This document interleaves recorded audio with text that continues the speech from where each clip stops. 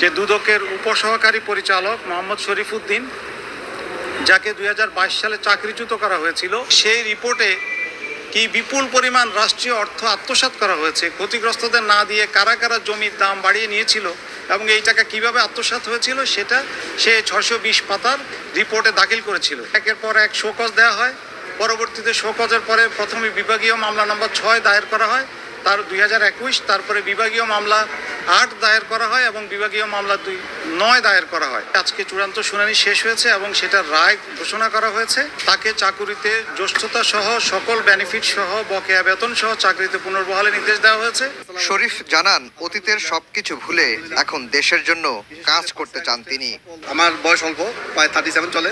আমি যাতে সামনের দিনগুলো দুর্নীতির বিরুদ্ধে কমিশনের আদেশে আদিষ্ট হয়ে আমি একজন কমিশনের সৎ কর্মচারী হিসেবে চলতে পারি, সেজন্য আমাকে দোয়া করবেন। অবশ্যই বলবো, আমার সাথে দীর্ঘ সময় যারা ছিলেন